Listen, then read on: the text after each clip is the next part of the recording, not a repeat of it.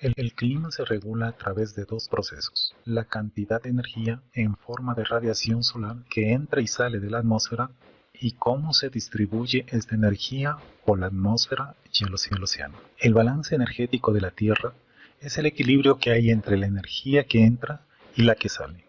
De toda la radiación solar que entra a la atmósfera, la mayor parte atraviesa y calienta la superficie terrestre, mientras que una pequeña parte es reflejada principalmente por las nubes. La Tierra vuelve a perder calor a través de las corrientes de aire, la radiación y la evaporación del agua. Una parte de esta energía que pierde la Tierra atraviesa la atmósfera y vuelve al espacio. El resto es absorbida por una pequeña parte de la atmósfera, que son los gases de efecto invernadero: dióxido de carbono, vapor de agua, metano y ozono. La atmósfera se emite el calor absorbido y de nuevo una parte escapa al espacio y otra vuelve a calentar la superficie terrestre. Sin este proceso, llamado efecto invernadero natural, la temperatura del planeta sería mucho más baja y no podríamos vivir en él. Y si este fuera el único proceso de transferencia de energía, tendríamos el mismo tiempo y clima en todo el planeta. Sin embargo, la radiación solar que recibe la Tierra no es homogénea. Llega más energía al ecuador que a los polos. Para compensar este desequilibrio, se da el segundo de los procesos de la regulación climática: la distribución de la energía que llega al ecuador hacia las áreas polares, que se da a nivel atmosférico y oceánico. En la zona tropical, el aire cálido sube y forma nubes de tormenta que se desplazan hacia los polos en las capas altas de la atmósfera. Cerca de la superficie del planeta se da el proceso contrario.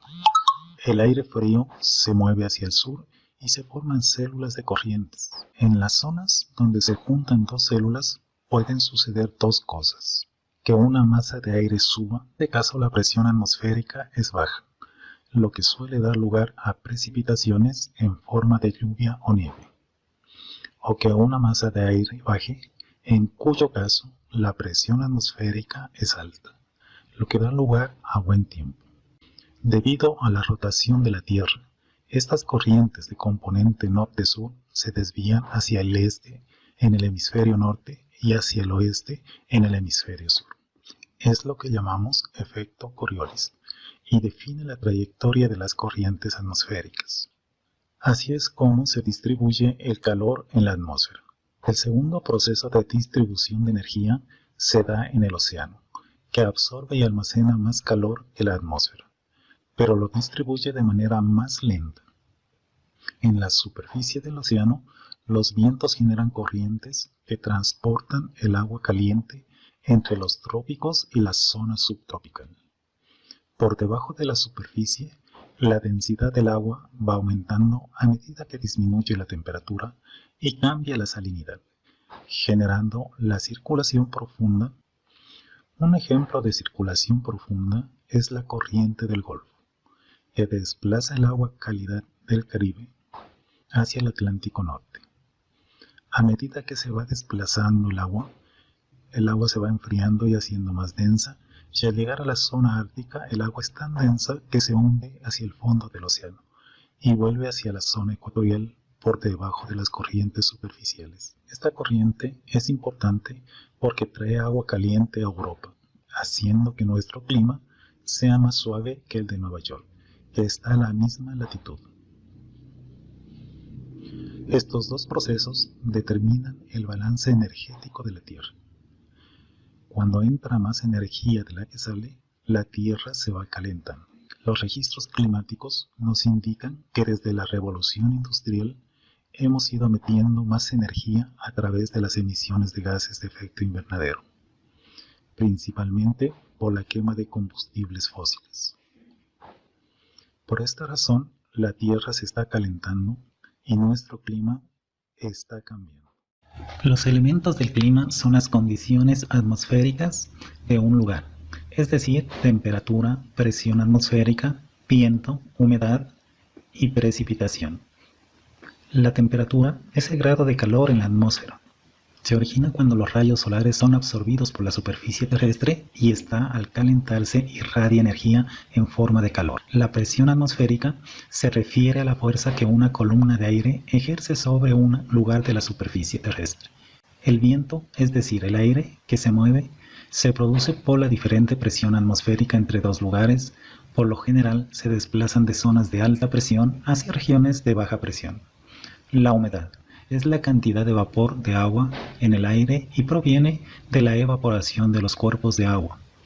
El último elemento, la precipitación, se refiere a la cantidad de agua que cae sobre una región en forma de lluvia, nieve o granizo, según la temperatura. Ahora bien, todos los elementos son modificados por los factores del clima y su interacción provoca que este último sea distinto de un lugar a otro.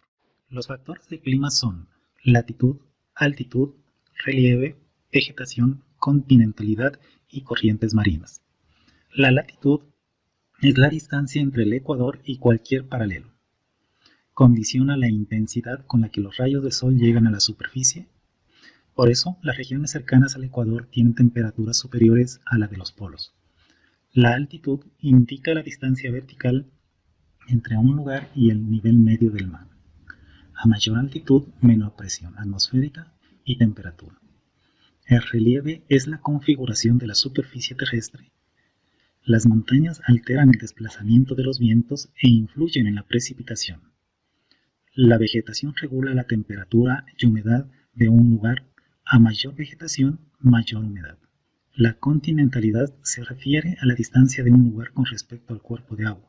Las regiones cercanas a los océanos tienen temperaturas constantes y abundante humedad.